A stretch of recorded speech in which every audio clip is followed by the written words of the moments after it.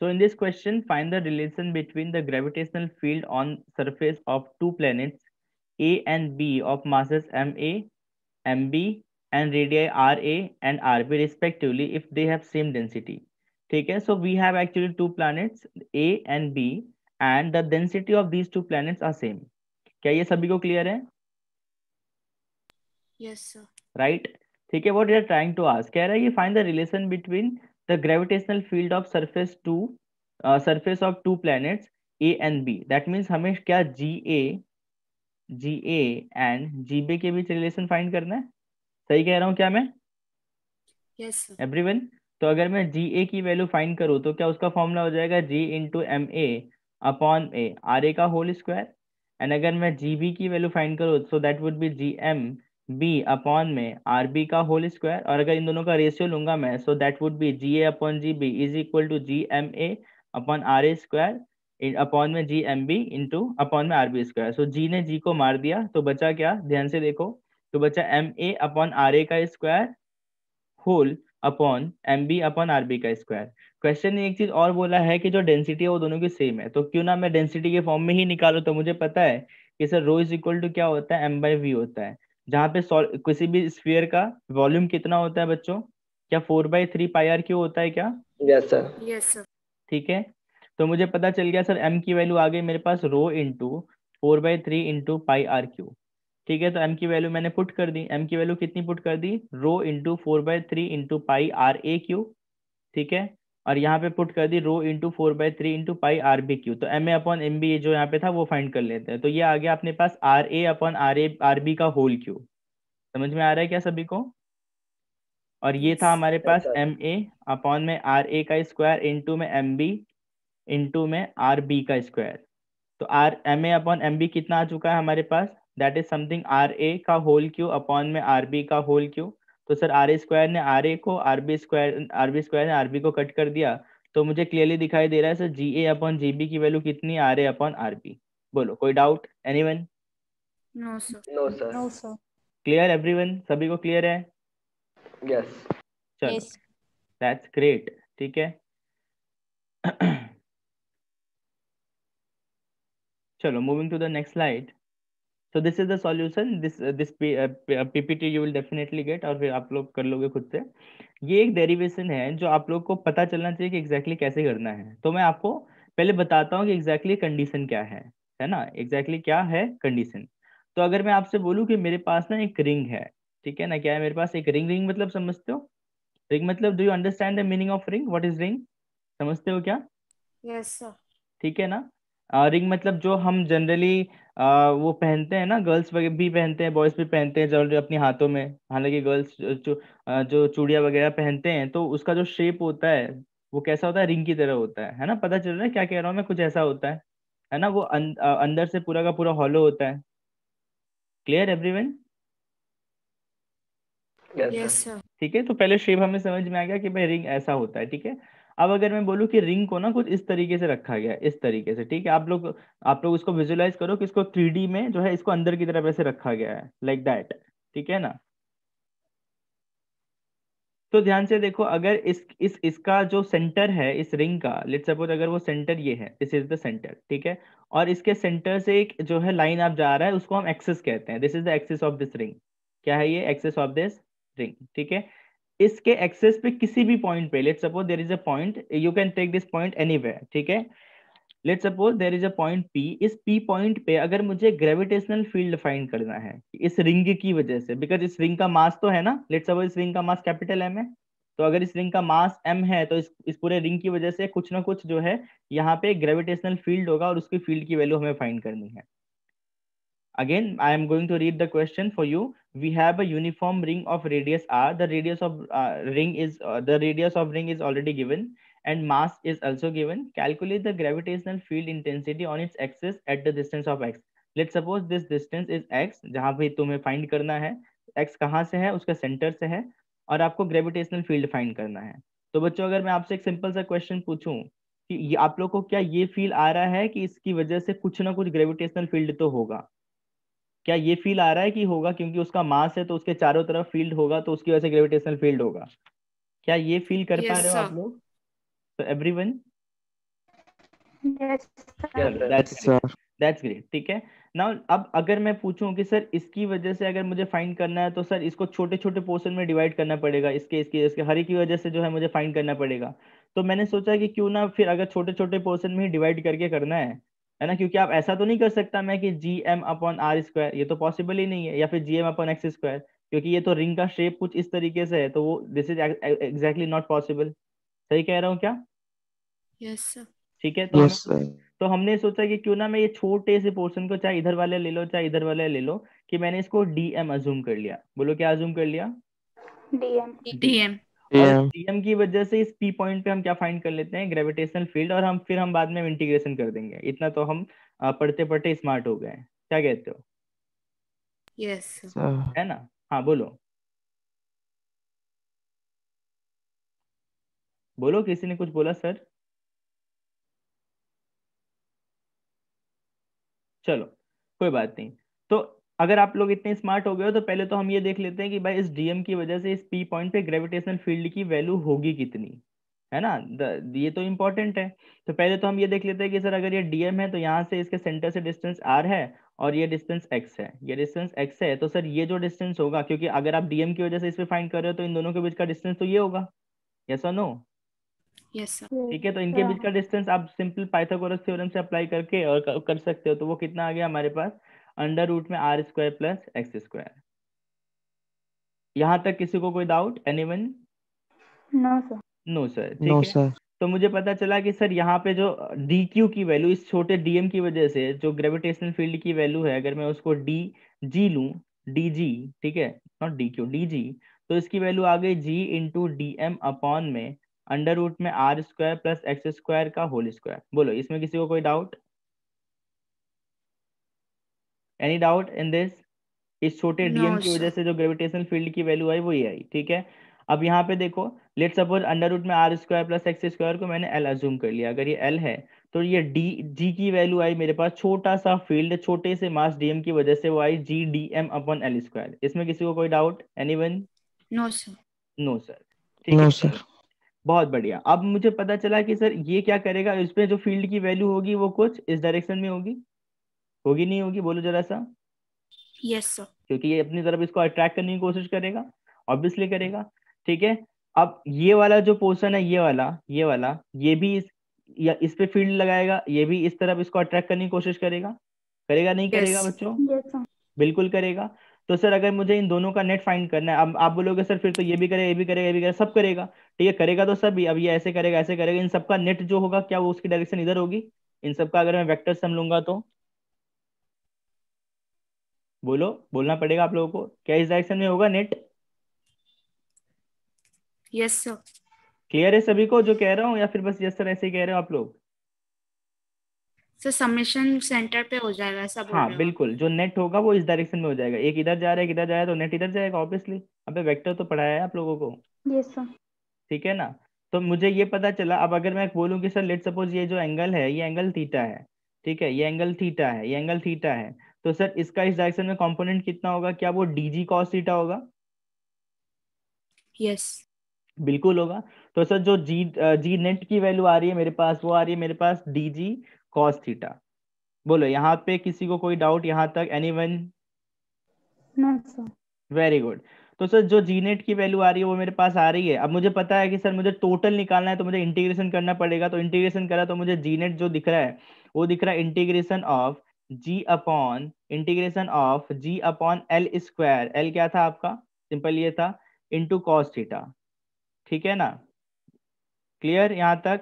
और ये जो डीएम था एज इट इज, उसको मैंने एज इट इज वैसे का वैसा पुट कर दिया। सर एक डाउट है। हाँ बोलो। सर जैसे हम मतलब वो जो कौन सी डेंसिटी होती है, लेंथ डेंसिटी नहीं, एक मास डेंसिटी, डेंसिटी, हाँ मास डेंसिटी, वो इसमें यूज नहीं होगी सर? मास डेंसिटी तो जो है, तो अच्छा वो जो हमने प्रीवियस वाले क्वेश्चन में करा था उसकी बात कर रहे हो? नो सर, क्योंकि हम जब भी कोई छोटा पार्ट लेते हैं तो हम हमेशा ऐसा करते हैं कि जो लेंथ है उसका एम है, तो डीएम की वैल्यू जो फाइंड करते हैं वो इसमें नहीं होगा सर? नहीं, बिल्कुल होना चाहिए था, बट यहाँ पे जरूरत नहीं पड़ी उस चीज को। उस चीज को आप समझो क्यों नहीं पड़ी। आप यही कह रहे हो ना कि सर इससे पहले जो आपने कराया था ये वाला पोर्शन, यहाँ पे हमने डीएम लिया था, फिर मैंने लिखा था sir yes sir, total yes mass sir, की वैल्यू एम है तो ये एल है, तो सर डीएम अगर होगा तो कितना होगा डीएक्स के लिए, यही कह रही हो ना?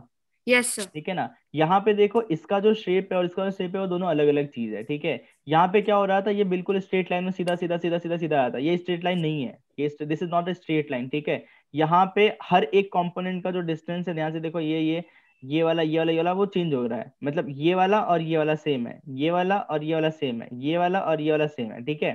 तो यहाँ पे यस, उस चीज की जरूरत इसलिए नहीं पड़ रही है, ध्यान से समझो, अगर आप लोग इतना समझ गए हो कि G net is equal to D G cos theta, जब मैंने लिखा डी डी जी की वैल्यू हमने ऑलरेडी फाइंड कर ली है, that is g D M upon L square, जब मैंने उसकी वैल्यू पुट करा तो मुझे दिखा सर जी की वैल्यू तो कांस्टेंट है, एल की यस, वैल्यू भी कांस्टेंट है, एल क्या है आपका अंडर रूट में R square plus X square, R constant X constant है। इसका मतलब जो चेंज हो रहा है वो कौन हो रहा है, डीएम हो रहा है। डीएम इसलिए चेंज हो रहा है कि डीएम तो सिर्फ इतना छोटे सा है, आपको निकालना किसका है, पूरे का निकालना है। तो जब डीएम का बच्चों आप इंटीग्रेशन कर दोगे तो उसका इंटीग्रेशन तो हो जाएगा कैपिटल एम, और यही तो तुम्हें चाहिए था कि आप टोटल की वजह से आप ग्रेविटेशनल फील्ड फाइल कर दो, और टोटल की वजह से कितना आ गया, GM by L square into cos theta. किसी को कोई डाउट यहाँ तक, फटाफट बता दो,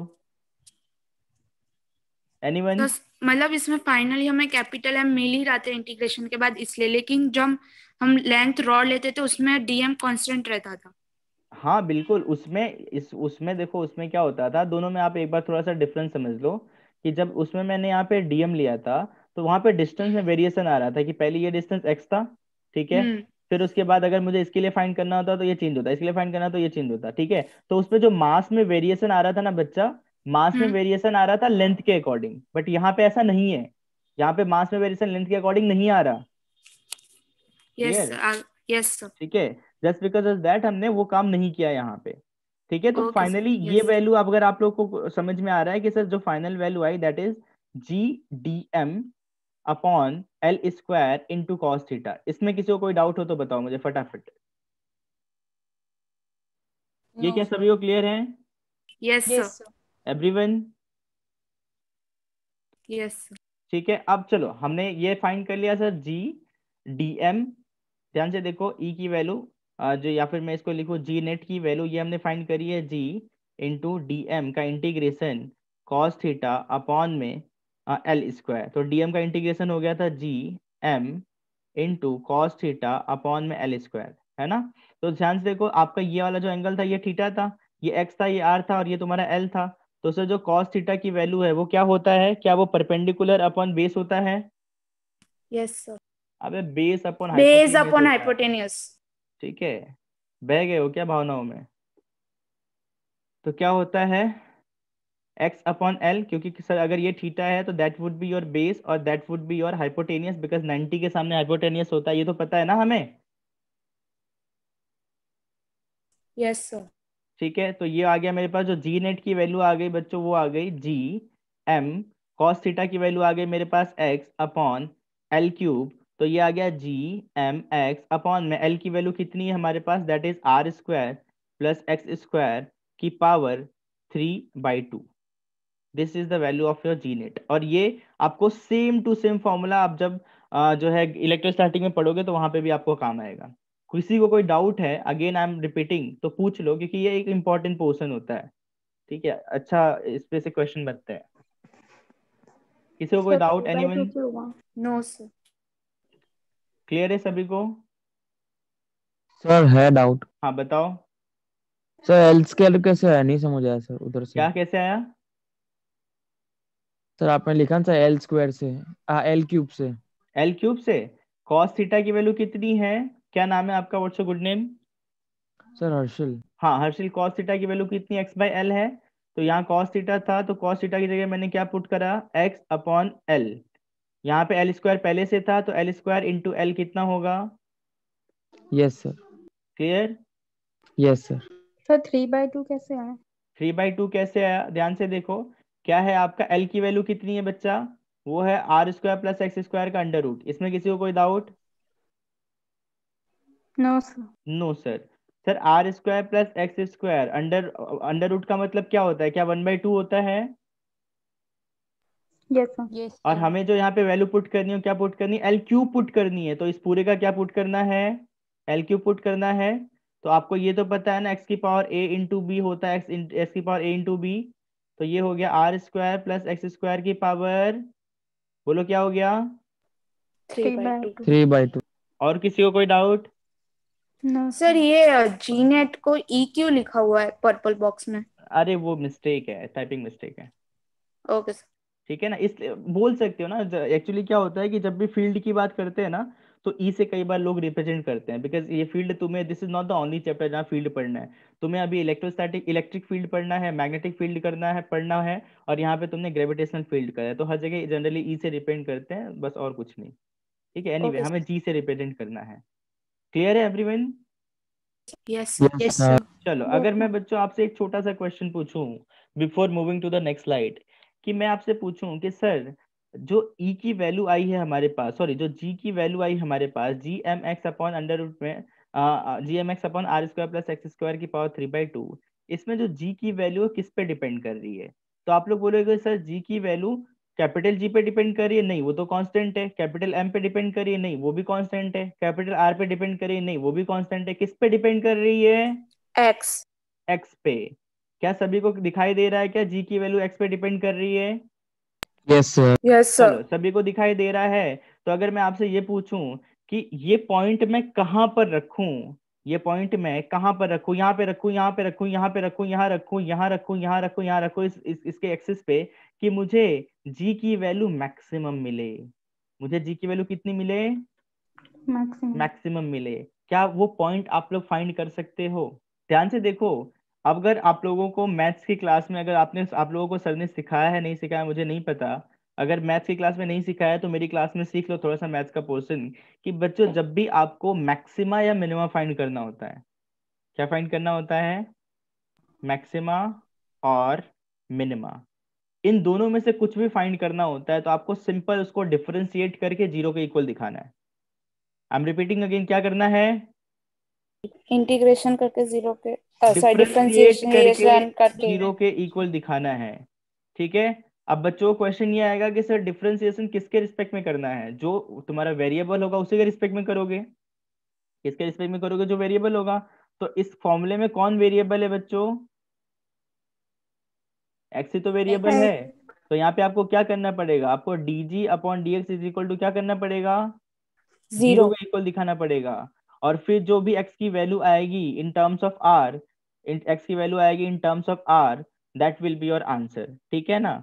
तो मैं डिफरेंशिएशन करूं या फिर डायरेक्ट लिख दूं? आप लोग जैसा कर दो ना। डिफरेंशिएशन कर दूं या डायरेक्ट लिख दूं? कर दूं? एक बार यस करो ना। सर कर दीजिए। चलो कर देते हैं। देखो ध्यान से समझना, देखो ध्यान से, ऑलरेडी करा हुआ है।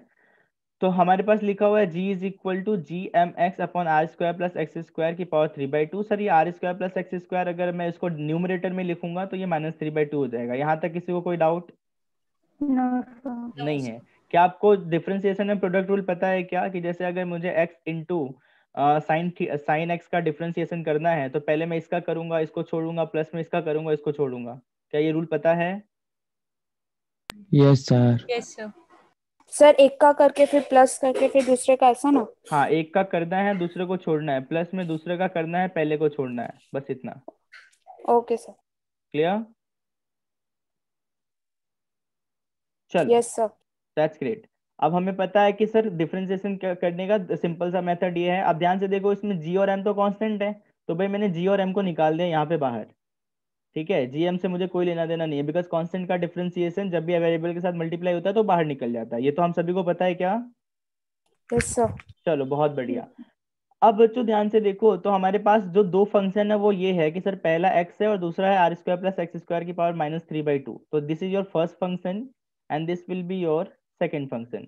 x का जब मैंने x into R square plus X square की पावर -3/2 का डिफरेंशिएशन करना है तो x का डिफरेंशिएशन कितना हो जाएगा with respect to x? D zero. X upon D X value 1 हो जाएगी ना बच्चा? जीरो कैसे होगा? D by D X of X 1 होगा ना?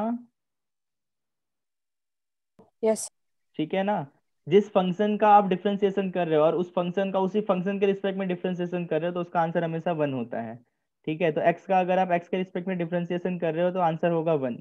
सृष्टि का सृष्टि के रिस्पेक्ट में डिफरेंशिएशन कर रहे हो तो आंसर होगा 1। ठीक है ना। तो ये सिंपल सा फंडा समझ लो कि जिसके रिस्पेक्ट में आप डिफरेंशिएशन कर रहे हो और वो फंक्शन सेम है तो आंसर विल बी 1। क्यों? क्योंकि सर dx अपॉन dx बन जाता है तो आंसर 1 आ जाता है। बोलो यहाँ तक किसी को कोई doubt? No, sir. No sir. चलो ठीक है, तो मुझे x का डिफरेंशिएशन मिल गया दैट इज 1, और ये R square plus X square को मैंने एज इट इज लिख दिया। एक का डिफरेंशिएशन किया, दूसरे को छोड़ा, एक का डिफरेंशिएशन किया, जो 1 आया, दूसरे को छोड़ा। बोलो क्लियर है पहला पार्ट?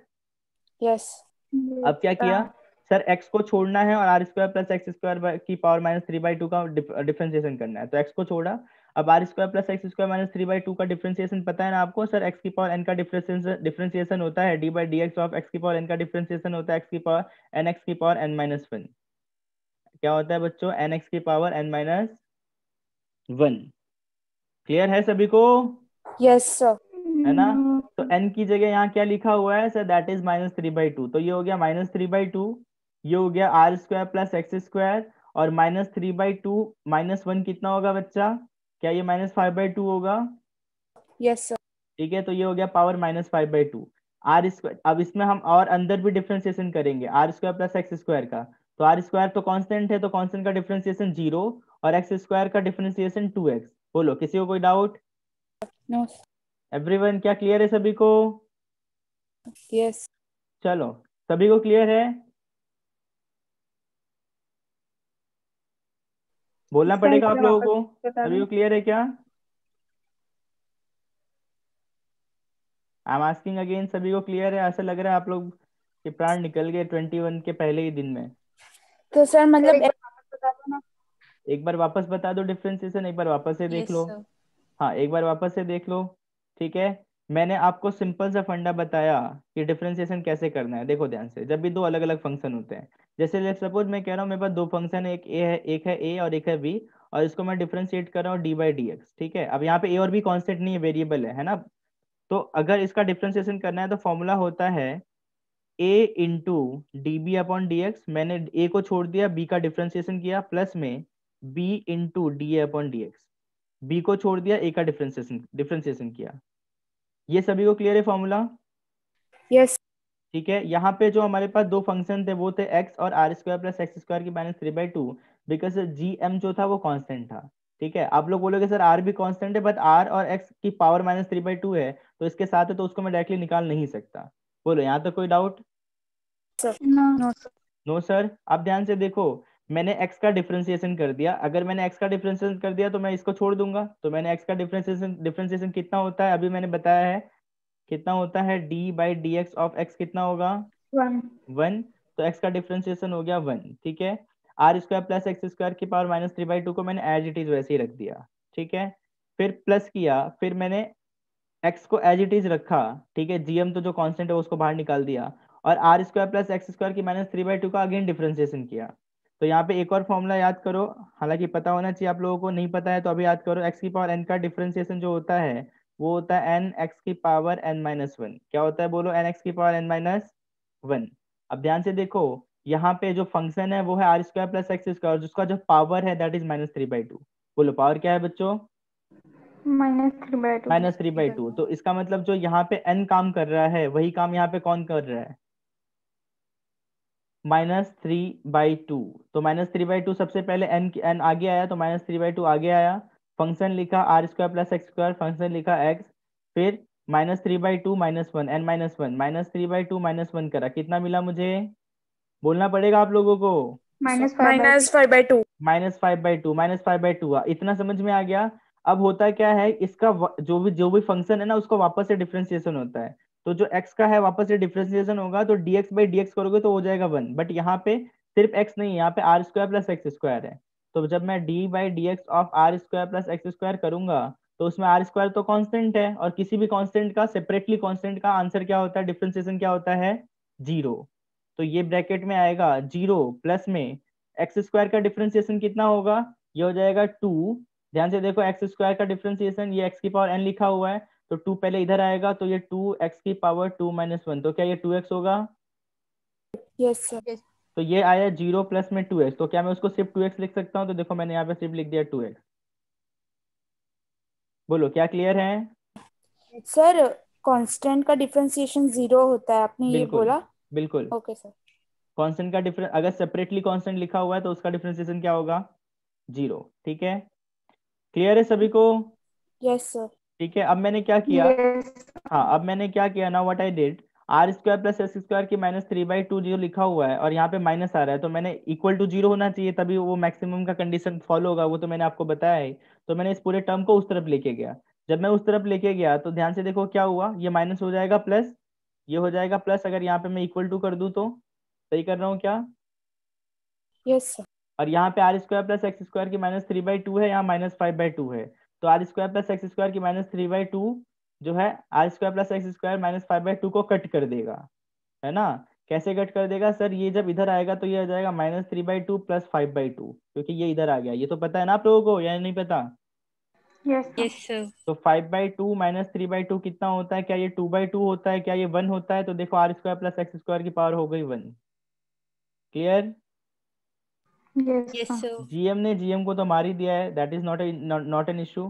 ठीक है, फिर यहाँ पे और क्या बचा सर, 2x था, 2 ने 2 को मार दिया, तो यहाँ बचा 3, और यहाँ पे अंदर क्या बचेगा, एक x बचा हुआ है, एक x और एक x यहाँ बचा हुआ है, तो ये हो गया जी 3x²। बोलो क्लियर? Yes. Sir. तो मेरे पास जो फाइनली देखने को मिला सर, यहाँ पे x², यहाँ 3x² है, तो 3x² - x² कितना हो गया, 2x square. 2x²। तो सर आया r² = 2x², और हमें x की ही वैल्यू r के फॉर्म में निकालना था, तो वो मुझे दिख रहा है +-r/√2। इसका मतलब कि x की वैल्यू अगर r/√2 जितनी है, चाहे वो प्लस में हो इधर राइट हैंड साइड और लेफ्ट हैंड साइड, उस केस में जो ग्रेविटेशनल फील्ड की वैल्यू होगी that will B maximum. Is that clear? Sir एक डाउट है। हाँ बताओ। सर -3/2 + 5/2 वो कैसे हुआ? अच्छा, ये -3/2, ये -5/2, नहीं वो ऊपर पावर्स। हाँ यही ना, ये -3/2 और हाँ। -5/2। तो मुझे यस। एक बात बताओ सृष्टि, कि अगर यहाँ पे a³ लिखा हुआ है और यहाँ पे ये a² लिखा हुआ है, तो आप क्या करोगे? यस इसका आंसर क्या आएगा? A. क्या इसका आंसर आएगा a² a³ को कट कर देगा, ये क्या आंसर बना जाएगा, क्या यही होगा? Yes sir. अगर मैं इसको और अच्छे से लिखूं तो क्या हो जाएगा सर, a³ / a² = 1, क्या यही होगा? Yes sir. अगर मैं इसको और अच्छे से लिखूं तो सर ये जब ऊपर आएगा तो a³ और ये पावर इंटू a² -2। -2 = 1, तो ये हो गया a³ - 2 = 1, तो ये यस आ सर। गया a की वैल्यू 1। तो यहाँ पे भी वही हुआ, r² + x², यहाँ पे भी r² + x², यहाँ पे भी है, दोनों का बेस सेम है, पावर अलग है। तो जब ये यहाँ पे आया तो और ये -5/2 था, ऊपर गया तो -3/2 + 5/2 हुआ, तो -3/2 + 5/2 जिसकी वैल्यू कितनी हो गई, 2/2, 1। जिसकी वैल्यू कितनी हो गई, 1। Is that clear? Yes sir. Yes. तो Sir. मैक्सिमम के केस में what you need to remember, it must be remember to find the value of gravitational field on the axis of ring. अगर तुम्हें maximum, if you want to find the maximum value, then x should be equal to +-r/√2। Is that clear? Yes. Sir. ठीक है, अब yes आप sir. लोग यहाँ पे x की वैल्यू r/√2 रख के देख सकते हो कि कितना आएगा एग्जैक्टली, है ना? तो ये हो जाएगा r² + r² r/√2 का स्क्वायर करोगे तो हो जाएगा r²/2, है ना? तो ये कितना हो जाएगा बच्चा, ये हो जाएगा 3r²/2 की पावर 3/2। सही कर रहा हूँ क्या? बोलो, ठीक है ना? यही फॉर्म, मेन फॉर्मूला तो यही था ना आप लोगों के पास जो हमने डिराइव करा था, भूल गए क्या इतनी जल्दी? Yes sir. ठीक है, तो वहां पे आप वैल्यू पुट करके वैल्यू फाइंड कर सकते हो। ठीक है, अब अगर मैं इसका ग्राफ बनाऊं कि जी और आर के रिस्पेक्ट में ग्राफ कैसा बनेगा, आप लोग को मैं एक बार रिकॉल करा देता हूं। हमने इसके लिए हम फाइंड कर रहे थे कि मैं इसको कहाँ पे प्लेस करूं कि हमें ग्रेविटेशनल फील्ड की वैल्यू मैक्सिमम मिले, किस पॉइंट पे फील्ड करूं। तो x की वैल्यू अगर +-r/√2 हो, x की वैल्यू r/√2 हो राइट हैंड साइड में, x की वैल्यू -r/√2 हो लेफ्ट हैंड साइड में, तो उन दोनों ही केसेस में हमें जो वैल्यू मिलेगी ग्रेविटेशनल फील्ड की, that value would be maximum. Is that clear? Yes sir. Yes sir. चलो दैट्स ग्रेट। ठीक है, ग्राफ बनाना है तो ग्राफ बन जाएगा, बिल्कुल बन जाएगा। हमें पता है कि सर अगर ये g है और ये x है, अगर हमें ऐसा कुछ ग्राफ प्लॉट करना है तो। अच्छा एक बात बताओ मुझे कि सर जो g की वैल्यू होगी वो 0 कहाँ पर होगी, क्या कोई बता सकता है क्या मुझे? सोच के देखो।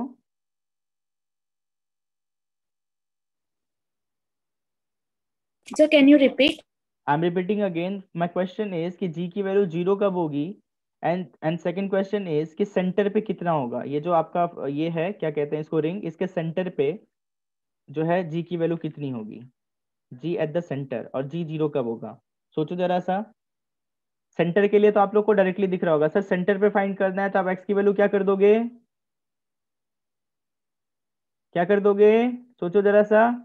यही तो था आपका एक्स, तो एक्स की वैल्यू अगर आप बिल्कुल सेंटर पे आ गए तो एक्स की वैल्यू कितनी हो गई, 0। 0, है ना। तो 0. इसमें अगर आप 0 पुट कर दोगे तो जी की वैल्यू क्या आ गई, जी एम एक्स अपॉन में आर स्क्वायर। ठीक है, एक्स की वैल्यू 0 और ऊपर भी एक्स था, तो जी की वैल्यू क्या आ गई, 0, है ना। तो दोनों क्वेश्चन सेम ही था। जी की वैल्यू 0 कहाँ पे होगी, सेंटर पे होगी। Is that clear? अरे बोलो। Yes, sir. क्या आप लोग को ये डाउट आ रहा है कि सर सेंटर पे 0 कैसे हो सकता है, सेंटर पे तो कुछ ना कुछ फील्ड होगा। तो सोच के देखो, सर जिस फील्ड से ये इसको खींचेगा वही फील्ड से ये इसको खींचेगा, जिस फील्ड से ये इसको खींचेगा उसी फील्ड से ये इसको खींचेगा। ये सारे एक दूसरे को कैंसिल आउट कर रहे हैं, दिख रहा है क्या आप लोगों को बच्चों? Yes sir. ठीक है ना, Yes, इसलिए sir. 0 होगा। ठीक है, ग्राफ क्या प्लॉट कर लोगे आप, अगर मैं ग्राफ प्लॉट करने की बात करूँ तो आपका मैक्सिमम कहाँ होगा, दो ही पॉइंट आपको लेना है। मैक्सिमम होगा +r/√2 पे और -r/√2 पे। 0 कहाँ पे होगा, बिल्कुल सेंटर पे। ठीक है, तो यहाँ से बिल्कुल इंक्रीज होगा, फिर डिक्रीज होगा, फिर ये इंक्रीज होगा, सेंटर पे जाएगा, फिर डिक्रीज होगा। बोलो क्लियर है क्या graph? Yes sir. Okay, can we go ahead? Yes. Do we have any doubt, किसी को कोई डाउट है क्या इस टॉपिक में? एनीवन? कोई doubt? I am asking again. No, sir. Okay, that's great. Sounds good. So the next topic is gravitational potential energy. यहाँ पे हमारा gravitational electric field खत्म होता है, electric field not, it's not electric field, gravitational field. Gravitational field यहाँ पे हमारा end होता है। तो देखो 12th से ये टॉपिक इतना रिलेटेड है ना कि मुझे 12th का याद आ रहा है, ऐसा लग रहा है मैं 12th में पढ़ा रहा हूँ। वहां पे आपको इलेक्ट्रिक फील्ड पढ़ना है, यहाँ पे आपको ग्रेविटेशनल फील्ड पढ़ना है। वहां पे आपको इलेक्ट्रिकल पोटेंशियल एनर्जी पढ़ना है, यहाँ पे आपको ग्रेविटेशनल पोटेंशियल एनर्जी पढ़ना है। वहां पे आपको इलेक्ट्रिक पोटेंशियल पढ़ना है, यहाँ पे आपको ग्रेविटेशनल पोटेंशियल पढ़ना है। तो ऑलमोस्ट सब कुछ सेम होगा, same to same repeat telecast होगा, सिर्फ टर्म्स चेंज हो जाएंगे। चलो now let's just talk about कि ग्रेविटेशनल पोटेंशियल एनर्जी होता क्या है। ठीक है ना, आप लोगों ने अगर थोड़ा सा वो पढ़ लिया है क्या आपने, वर्क पावर एनर्जी वाला चैप्टर?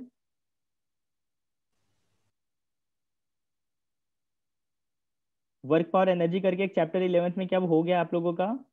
Yes sir. है ना, वर्क पावर एनर्जी में अगर अब मैं पोटेंशियल एनर्जी की बात करूं तो क्या आप लोगों ने mgh निकालना सीखा है, जो हाइट के अकॉर्डिंग वेरी Yes, करता sir. है? Yes, sir. ठीक है ना, अगर मैं बिल्कुल ग्राउंड पे हूं तो मेरी पोटेंशियल एनर्जी कितनी है, 0। 0 है। चलो बहुत बढ़िया। तो वही mgh हमें पढ़ना है, बट वो mgh थोड़ा सा आपको जो है ग्रेविटेशन का फील्ड देगा कि अच्छा इस तरीके से एग्जैक्टली आपका ग्रेविटेशनल पोटेंशियल एनर्जी होता है और इसको हम इस तरीके से डिफाइन करते हैं।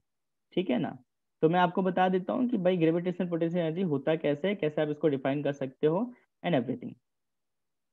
ठीक है, तो ध्यान से देखो, टॉपिक का नाम सिंपल सा है, ग्रेविटेशनल पोटेंशियल एनर्जी। आप इसको कैसे डिफाइन कर सकते हो, छोटा सा एक बहुत छोटा सा डेरिवेशन, ऐसे कोई डरने वाली बात नहीं है। तो आपको एक डेफिनेशन दिख रहा होगा कि gravitational potential energy difference between two points is negative. नहीं, ये डेफिनेशन नहीं है, इसके पहले होना चाहिए था। नहीं है क्या? चलो कोई बात नहीं, ऐसे बताते हैं। तो देखो एग्जैक्टली होता क्या है कि एक आपका कोई भी m मास का कोई ऑब्जेक्ट है जो आपका कहाँ रखा हुआ है, इन्फानाइट में। बोलो बच्चों, कहाँ रखा हुआ है?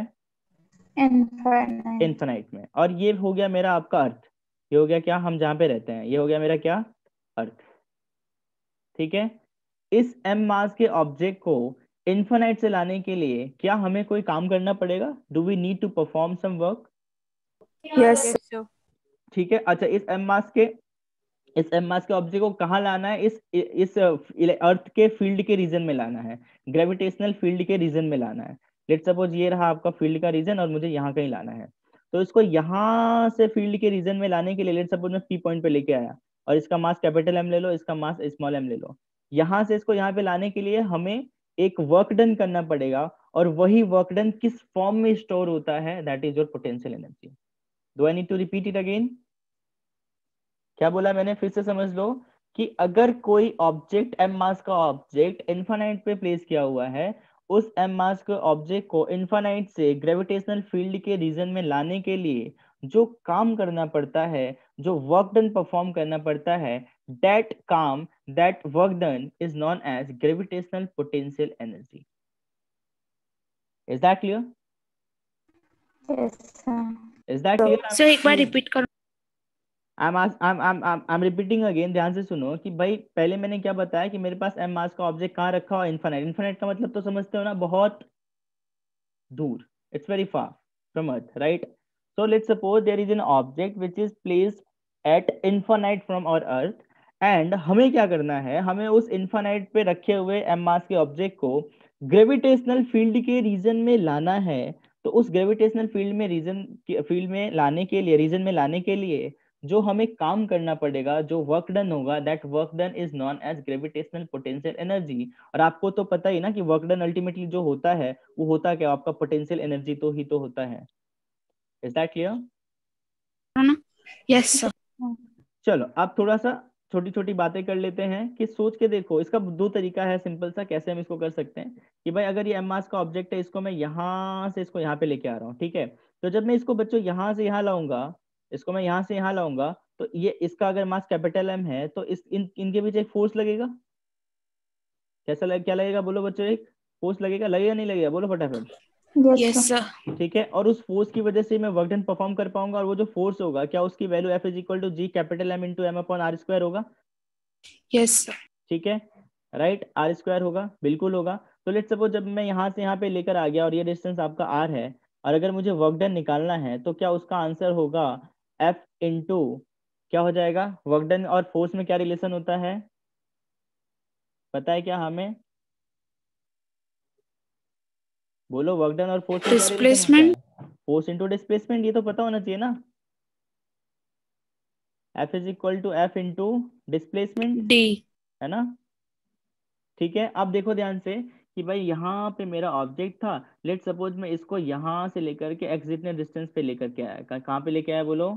x जितने डिस्टेंस एक्स डिस्टेंस। लेकर आके आया, ठीक है? अब अगर मुझे वर्क डन निकालना है इस पूरे प्रोसेस में, तो मैं इसको लिखूंगा F इंटू डी एक्स। अब मैं dx की लिख रहा हूँ क्योंकि मैं इन्फानाइट में मैं लिख नहीं सकता, तो लेट सपोज पहले मैंने छोटा सा डिस्टेंस को ट्रेवल कराया dx, ठीक है, dx इतना, ठीक है ना? तो यहाँ पे w की वैल्यू जो आई, f की वैल्यू तो हमें पता ही है कितनी है, g into capital M into small m upon X square. Yes sir. है नहीं है? बोलना पड़ेगा आप लोगों को। Yes sir. ठीक है, इंटू dx, ठीक है। अब मैंने क्या कर दिया, इंटीग्रेशन करा, तो मैंने देखा अगर ये छोटा सा dw होगा और वो dx होगा, और ये dw का इंटीग्रेशन हो गया w, और ये हो जाएगा मेरा लिमिट। क्या करेंगे हम इसको, कहाँ से कहाँ ला रहे हैं, इन्फानाइट से कहाँ ले जा रहे हैं, x पॉइंट पे, तो यस इन्फानाइट सर। x। कोई doubt? Do we have any doubt? बोलो, कोई डाउट? बोलना पड़ेगा आप लोगों को। Sir, F की वैल्यू gmm upon x square. अरे F तो फोर्स है ना, ग्रेविटेशनल फोर्स।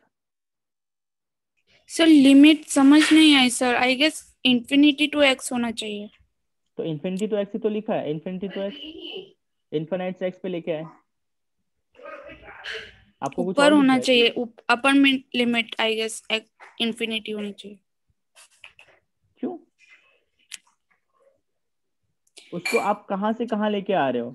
आप इन्फिनाइट से एक्स पे लेकर आ रहे हो, आप इन्फिनाइट से एक्स पे लेके आ रहे हो, तो lower limit infinite, upper limit x, सही तो है? Okay sir. है ना? आप कहाँ से कहाँ लेके आ रहे हो? आपका इनिशियल पॉइंट तो यही है ना, इनिशियल यही है, मतलब ये आपका लोअर है, फाइनल आपका ये है, तो इनिशियल और फाइनल। क्लियर? Yes sir. ठीक है, चलो बहुत बढ़िया। अब इसका इंटीग्रेशन करना आपको आता है, dx अपन एक्स स्क्वायर का आपको मैंने पहले भी इंटीग्रेशन बताया, क्या वो -1/x होता है? बोलो, अरे बोलना पड़ेगा, क्या वो -1/x होता है? Yes sir. Yes, ठीक है, तो sir. ये लिमिट कितना हो गया, इन्फानाइट टू x, ठीक है? तो u की जो वैल्यू है, अच्छा u पे भी अपन लिमिट, या फिर अच्छा ये जो dw मेरा ये जो वर्कडन आ रहा है, इसी वर्कडन को क्या मैं पोटेंशियल एनर्जी बोलूंगा? यही हमने डेफिनेशन में तो यही सीखा ना, इसीलिए तो हम dw फाइंड कर रहे हैं, ताकि हम पोटेंशियल एनर्जी की वैल्यू फाइंड कर सकें। क्लियर? Yes sir.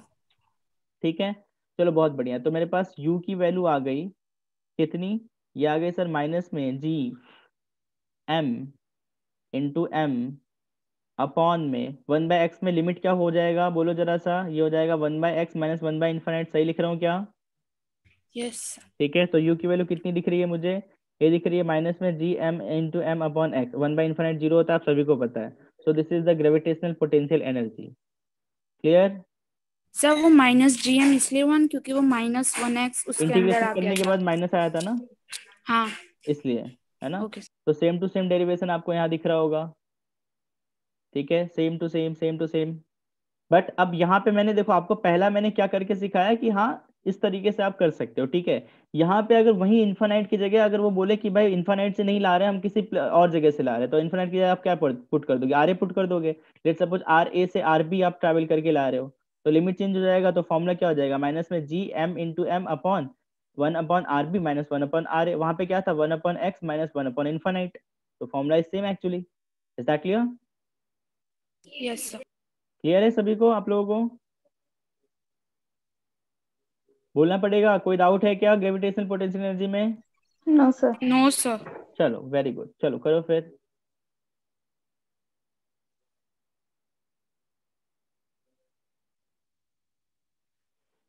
एक बार इसको आप लोग खुद से डिराइव कर लो, that will be good.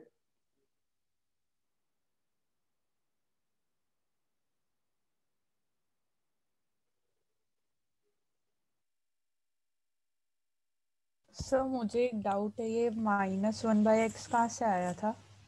-1/x integration करने के बाद आया था ना, 1/x² का इंटीग्रेशन करोगे dx अपॉन एक्स स्क्वायर का, तो x की पावर -2 dx हो गया, तो ये हो गया x की पावर -2 + 1 अपॉन में -2 + 1, तो ये हो गया -1/x, यहाँ से आया था, ओके सर। है ना। ठीक है,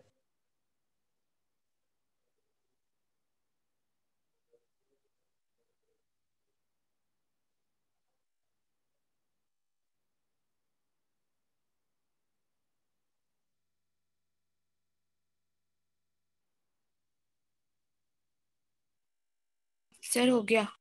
हो गया, वेरी गुड। अब देखो एक चीज मैं आपको समझाता हूँ एग्जैक्टली कि यहाँ पे देखो तीन चीजें फैक्ट जो है आपका पिक्चर में आएंगी। वो तीन चीजें कौन कौन सी है, let me explain you in a very simple way. दो थ्री थिंग्स आर कि अगर आप किसी m मार्क्स के ऑब्जेक्ट को जो इन्फाइनाइट पे प्लेस किया हुआ है, इसको यहाँ पे यहाँ लाना है, तो आपको एक f एक्सटर्नल फोर्स अप्लाई करना पड़ेगा। ठीक है, क्या अप्लाई करना पड़ेगा बोलो, क्या अप्लाई करना पड़ेगा, f एक्सटर्नल फोर्स अप्लाई करना पड़ेगा। अब आप बोलोगे सर f एक्सटर्नल की तो जरूरत ही नहीं है, क्यों नहीं है, क्योंकि हमें इस डायरेक्शन में इसको कौन खींच रहा है, इसको हमारा अर्थ ही खींच रहा है। तो आप बोलोगे कि सर एफ जी की वजह से ही वो जो है उसके रीजन में आ जाएगा, बिल्कुल आ जाएगा, I am totally agree with you. But जब ये यहाँ पे आएगा तो जब इसको खींचने लगेगा तो आपको इसके इक्वल अमाउंट में एक फोर्स अप्लाई करना पड़ेगा जो इसका बेसिकली इक्विलिब्रियम पोजीशन पे बनाए रखे।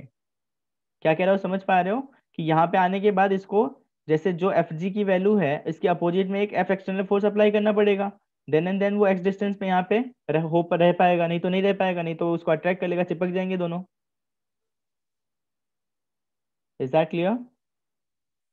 Yes sir. ठीक है, तो ध्यान से देखो, इसका मतलब ये पता चला कि सर जो एफ जी की वैल्यू है और जो एफ एक्सटर्नल की वैल्यू है वो दोनों एक दूसरे के माइनस मतलब अपोजिट है। F external is equal to minus में एफ जी, क्योंकि आपको इस डायरेक्शन में फोर्स अप्लाई करना पड़ेगा, क्योंकि एफ जी तो ऑलरेडी लग ही रहा है, देन एंड देन ये यहाँ पे रह पाएगा। Is that clear? तो यहाँ पे और यस सर। तीसरा क्या फैक्टर है, तीसरा है वर्क डन, चौथा क्या फैक्टर है आपका पोटेंशियल एनर्जी। ठीक है, तो आपने यही सीखा है सिंपल का, क्योंकि जो वर्क डन हमें अप्लाई करना पड़ता है उस वर्क डन को ही हम क्या कहते हैं, पोटेंशियल एनर्जी। सर पहला फैक्टर रिपीट करो ना। पहला फैक्टर मैंने बोला कि भाई इस ऑब्जेक्ट को इधर ये एफ जी से खींच रहा है, ठीक है, तो आपको एक सेम अमाउंट में एफ एक्सटर्नल जितना फोर्स यहाँ पे अप्लाई करना पड़ेगा, देन एंड देन ये यहाँ पे फिक्स रह पाएगा। तो इसका मतलब यस सर। पक्की बात है कि sir F external is equal to minus में एफ जी होना चाहिए। This is the first factor. Is that clear? Yes sir. ठीक है, तो जो आप एफ एक्सटर्नल फोर्स अप्लाई करोगे वो दोनों और जो फोर्स ऑफ ग्रेविटी है वो दोनों एक दूसरे के क्या होंगे, equal and opposite. Is that clear? Yes sir. Yes ठीक सर। है, फिर यहाँ पे एक और फैक्टर है कि gravitational potential energy difference between two points is the negative of the work done by gravitational field in moving a mass slowly from one point two another point. तो ये क्या कहने की कोशिश कर रहा है, let me explain you in a very simple way कि लेट्स सपोज कि जो है हम कहाँ से ए से बी पे लेके जा रहे हैं, कहाँ से लेके जा रहे हैं बोलो, ए से बी की तरफ, कहाँ से लेके जा रहे हैं बोलो, ए से बी की तरफ, और बी ये की आप तरफ। हाँ ए से बी की तरफ लेके जा रहे हैं। तो ए से बी की तरफ लेके जाएंगे तो बच्चों जो आपका पोटेंशियल एनर्जी होगा, क्या वो यूबी माइनस यू ए होना चाहिए? क्या होना चाहिए? UB minus U A, final minus initial. Yes. ठीक है, तो जब आप फाइनल माइनस इनिशियल करोगे तो सोचो यूबी माइनस यूए की वैल्यू क्या हो जाएगी? वो हो जाएगी वर्क डन ए से बी में, मतलब ए से बी में ले जाने के लिए जो भी वर्क डन करना पड़ेगा that would be your UB minus UA. ठीक है, अब यहाँ पे दो वर्क डन है। पहला है आपका उस फील्ड की वजह से, मतलब वो क्या कहते हैं आपका ग्रेविटेशनल फोर्स की वजह से, कि जो ग्रेविटेशनल फोर्स है या ग्रेविटेशनल फील्ड है उसकी वजह से वर्क डन, या फिर जो आप एक्सटर्नल फोर्स लगा रहे हो उसकी वजह से वर्क डन। तो अगर आप फील्ड की वजह से लगा रहे हो तो जो आपका वर्क डन होगा वो होगा नेगेटिव, और अगर आप एक्सटर्नल फोर्स की बात कर रहे हो तो वो होगा पॉजिटिव। ये तो मैंने समझा दिया कि भाई फील्ड वाला अगर नेगेटिव होगा तो एक्सटर्नल वाला क्या होगा? पॉजिटिव होगा। Is that clear? और यहाँ पे क्या लिखा हुआ है? Gravitational potential energy difference between two points is the negative of work done by gravitational field. तो ये ग्रेविटेशनल फील्ड की वजह से बात कर रहा है तो दैट वुड बी नेगेटिव। अगर यहीं पे वो एक्सटर्नल फील्ड की बात करता तो वो क्या होता? पॉजिटिव। Is that clear? ये थोड़ा सा याद रखने वाली चीज है क्योंकि कभी कभार ऐसे माइनस प्लस में कंफ्यूजन हो जाता है। बट जो मेन इंपॉर्टेंट टर्म है which you need to remember, actually you need to remember, that is u is equal to minus में G M into M upon में आर। अगर आपका जो है इनफाइनाइट से आर पे लेके आ रहे हैं, अगर ए से बी पे लेके जा रहे हैं तो माइनस में G M into M upon minus में G into M into small M into one upon R B minus one upon R A. Is that clear? Clear है क्या सभी को? बोलना पड़ेगा आप लोगों को, ऐसे लग रहा है थक गए हो। Yes yes sir. चलो बहुत बढ़िया, क्लियर है। तो ये जो है दिस इज द डेरिवेशन। आपको याद रखना है कि भाई इन्फाइनाइट से यहाँ ला रहे हैं तो फॉर्मूला आपका क्या होगा? माइनस में G M one M two upon R, और अगर आप आर ए से आर बी की तरफ लेके जा रहे हो तो हो जाएगा one upon R B minus one upon R A into में माइनस में G M one into M two. चलो can we go ahead? Clear है। यस। ठीक है, अब अगर मैं बात करूं तो जो आपका ये जो है आपका ग्रेविटेशनल पोटेंशियल एनर्जी है ना, ये आपका स्केलर क्वांटिटी है। बोलो कैसा क्वांटिटी? आपको तो पता होना चाहिए, मैंने बताया भी है, वेक्टर पढ़ाया था कि जितने भी एनर्जी होते हैं all types of energy are scalar quantity. कैसे क्वांटिटीज हैं? Scalar quantity. I am repeating again, बोलो कैसे क्वांटिटी है? Scale up. Scalar quantity. तो स्केलर क्वांटिटी में अगर हमें कभी भी ऐड करना होता है तो क्या हमें उसमें डायरेक्शन देखना पड़ता है? No sir. No sir. ठीक है, तो हमें डायरेक्शन का कोई बात ही नहीं करना, बिकॉज ये स्केलर क्वांटिटी है तो डायरेक्शन हमें दिखना ही नहीं है। इसका मतलब हमें क्या करना है? सिंपल, आपका gravitational field gravitational potential energy का फॉर्मूला अप्लाई करना है और डायरेक्टली ऐड कर देना है। तो जैसे देखो तीन यहाँ पे मासेस दिख रहे हैं, m1 m2 एंड m3। इन तीनों पूरे सिस्टम का, ये पूरा सिस्टम है, this is the whole system. If I want to find the gravitational potential energy of the whole system, then मुझे क्या करना है? m1 और m2 के बीच का फॉर्मूला माइनस में G M one into M two upon two D, M two और एम थ्री के बीच का फॉर्मूला माइनस में G M two into M three upon D, M one और एम थ्री के बीच का formula that would be minus में G M one into M three upon three D, और इन तीनों को ऐड कर दिया and that will be my answer. ये हो गया मेरा आंसर पूरे सिस्टम का। मुझे कोई डायरेक्शन कुछ देखना नहीं है। Is that clear? सर ये U31 एक बार समझाओगे? U31 is a potential energy between third and first. तो U31 क्या हो जाएगा? ये आपका फर्स्ट है, ये थर्ड है, तो ये हो जाएगा G M one into M three upon three D, minus आता है तो माइनस में G M one into M three upon three D. What is U21? That is gravitational potential energy between second and first. तो ये that would be minus में G M one into M two upon two D. U23 क्या है? Potential energy between second and third, तो G M one M two into M three upon D, और minus आपका common ले लिया क्योंकि minus सब में आ गया, that will be your final answer. बोलो अभी भी कोई डाउट है किसी को? No sir. सबसे सिंपल कुछ होता है ना तो मैं आपको बता दूं कि मतलब हमें चार टर्म्स पढ़ने होते हैं स्टार्टिंग में, चाहे वो इलेक्ट्रोस्टैटिक पढ़ाऊं या फिर ग्रेविटेशन पढ़ाऊं। पहला है आपका ग्रेविटेशनल फोर्स जो हमने पढ़ लिया, दूसरा है आपका ग्रेविटेशनल फील्ड जो हमने पढ़ लिया, और दोनों ही कैसे क्वांटिटीज होते हैं? वेक्टर क्वांटिटी होते हैं। बोलो कैसे क्वांटिटी होते हैं? वेक्टर क्वांटिटी, दोनों के ही न्यूमेरिकल में आपको डायरेक्शन का ध्यान रखना पड़ता है।